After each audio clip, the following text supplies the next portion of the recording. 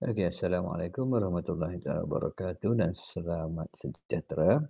Kali ini kita sambung video untuk subtopik yang seterusnya iaitu membuat anggaran sebelum membuat ukuran yang sebenar. Okey, pertama sekali kita buka buku teks.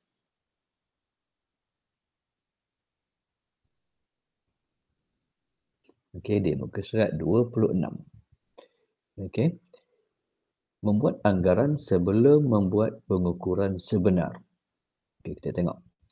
Apabila alat pengukur yang sesuai tidak dijumpai oleh seseorang saintis semasa menjalankan kajian atau penyiasatan saintifik, cara yang terbaik adalah dengan membuat anggaran terlebih dahulu. Kemudian barulah diikuti dengan penggunaan alat yang lebih tepat dan jitu. Jadi dalam sains ni, bila kita membuat sesuatu eksperimen ataupun uji kaji, tapi kita tidak cukup alat, kita boleh membuat anggaran. Okey, dan bila kita boleh ataupun boleh gunakan alat yang sebenar, maka kita akan tukar daripada anggaran tadi kepada bacaan yang ataupun ukuran yang sebenar.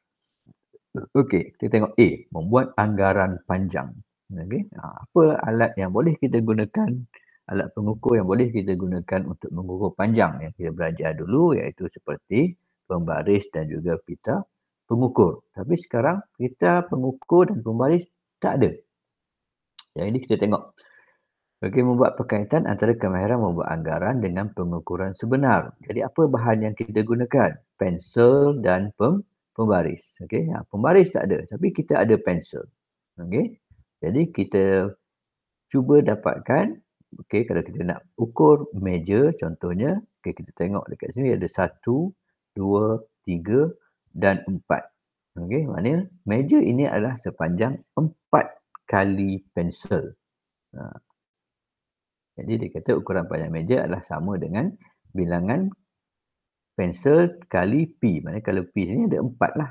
Okey, jadi bilangan pensel 4, okey, darab P. P berapa sentimeter. Okey, kemudian bila kita jumpa pembaris, maka kita ukur berapa panjang pensel itu, kita darabkan dengan 4 sebab 4 pensel tadi. Okey, jadi kita catatkan ukuran panjang meja itu dan kemudian bila kita jumpa, darabkan, diukur balik dengan pembaris dan kita darabkan dengan 4. Okey, jadi itu adalah membuat anggaran panjang. Okey, yang kedua ialah membuat anggaran luas. Luas ialah besar sesuatu kawasan. Okey, unit SI untuk luas ialah meter persegi. Okey, meter persegi, meter ataupun M kuasa 2. Untuk objek sekata, luas boleh diukur dengan menggunakan rumus. Contohnya, luas bagi segi 4 ialah panjang darab lebar. Okey, kita dah belajar semasa di sekolah rendah.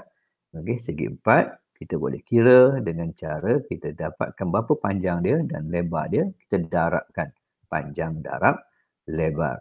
Apakah rumus luas objek-objek lain seperti rajah 1.19? Ini kamu dah belajar semasa di sekolah rendah. Ada segi 4 tepat, ada segi 4 sama, ada bentuk bulat, segitiga dan sebagainya. Okey, kat sini jadi ingatkan balik apakah rumus-rumusnya.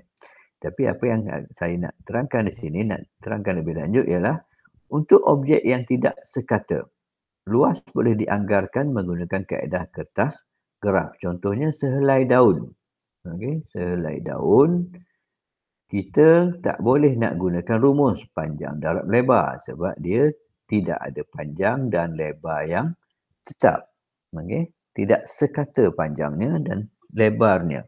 Jadi kita ambil sehelai daun ataupun daun tadi dan kita surihkan, kita lukiskan kepada atas kertas graf. Okey, kita dapat sempadannya.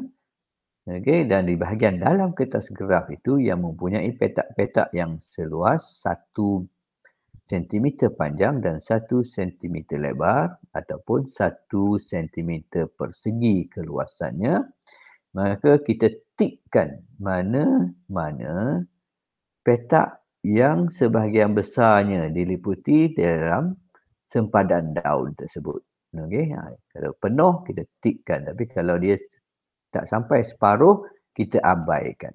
Macam contoh macam ini tak sampai separuh, yang ini pun tak sampai separuh maka kita abaikan. Yang kita tikkan adalah lebih daripada separuh. Okey. Jadi bila kita tik ni dan kemudian kita kira berapa tik yang kita ada. Kita tengok. Tandakan tik pada kotak yang lengkap dan juga petak yang separuh atau lebih dari separuh lengkap. Kirakan jumlah petak bertanda tik dan rekodkan keputusan anda. Dan kalau kita kira dekat sini, okey, kita akan dapati kita daun ini, bentuk daun ini mempunyai 23 tik. Jadi kita boleh buat kesimpulan luas daun ini ialah anggarannya seluas 23 cm persegi. Okey.